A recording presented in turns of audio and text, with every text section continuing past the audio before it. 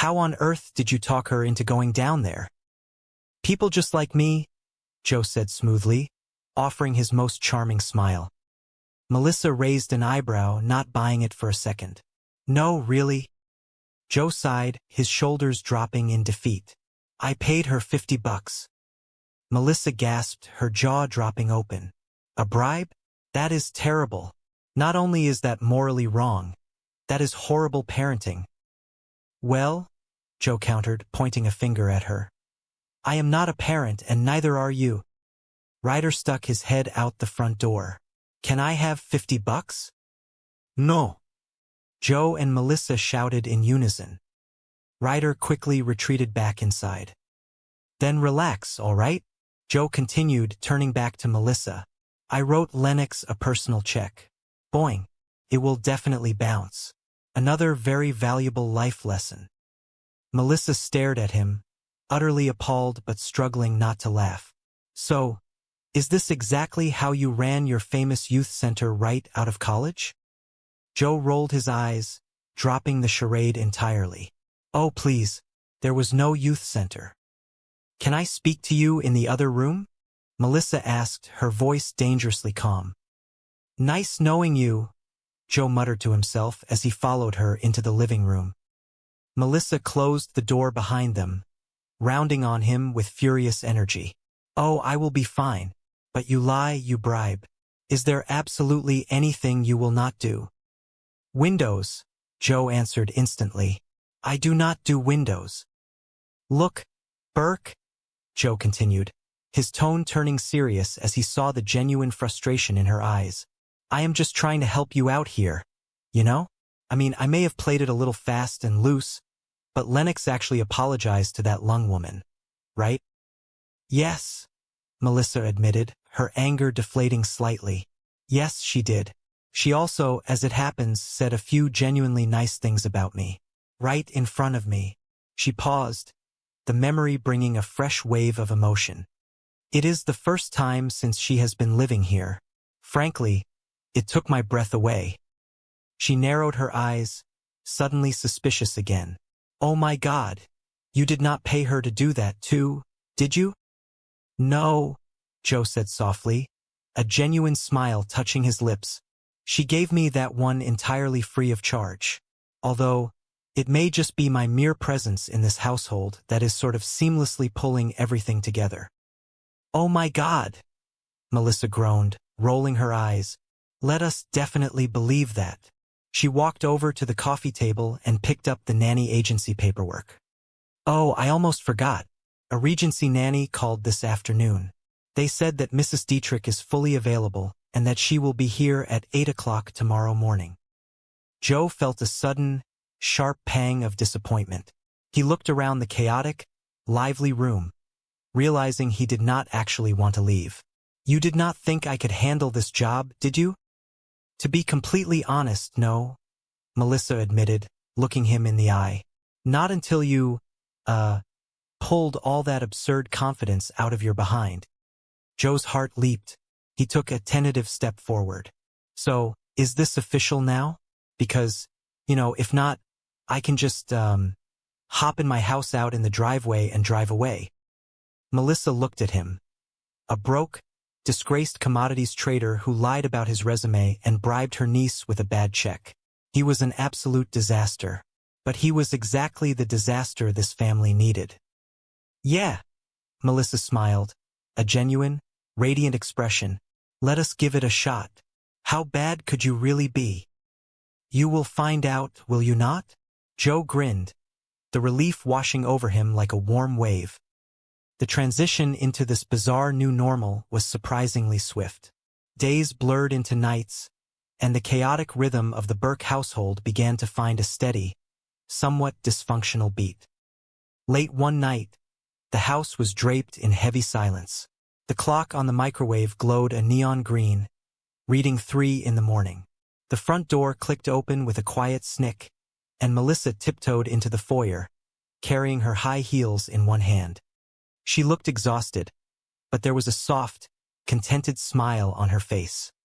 She turned the corner into the living room and jumped, letting out a small yelp.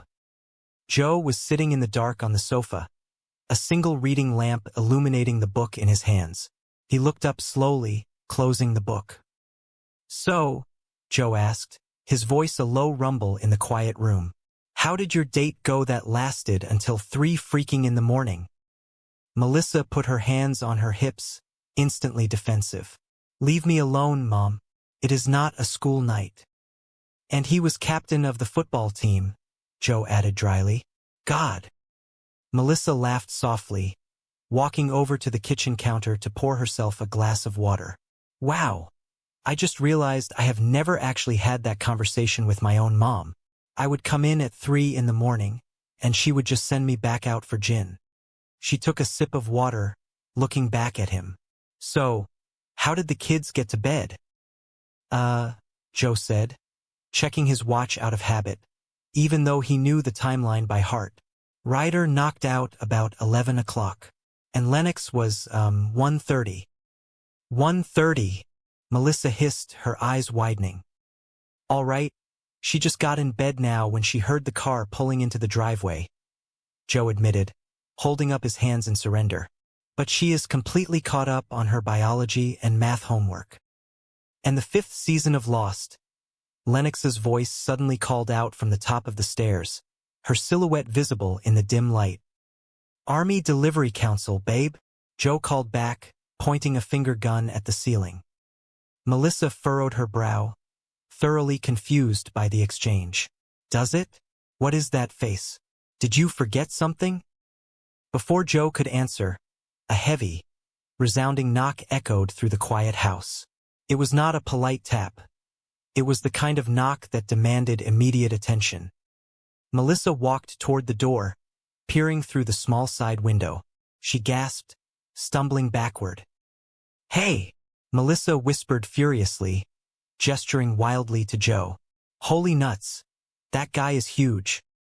Joe stood up from the sofa, his casual demeanor instantly vanishing. He walked over to the door, looking over Melissa's shoulder.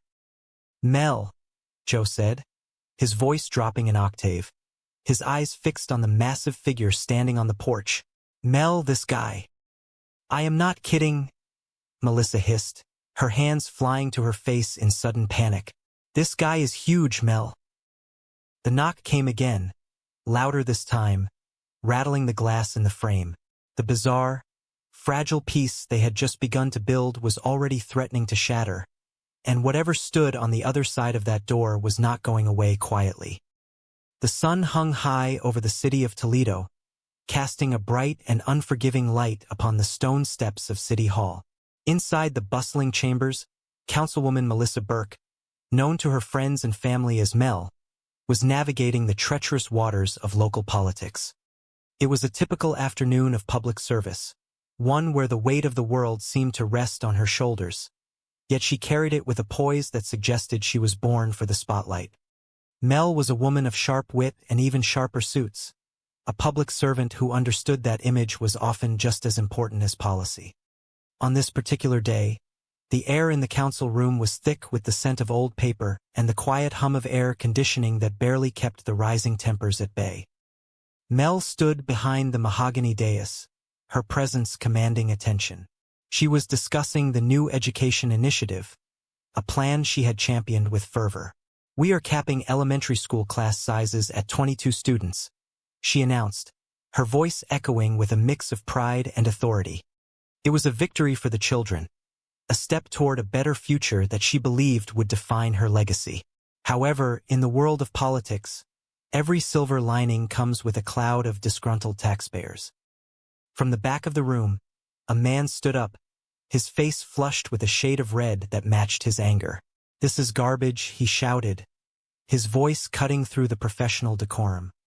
He was a local restaurant owner who had seen his profit margins shrink as the city cut back on services to pay for the school reforms.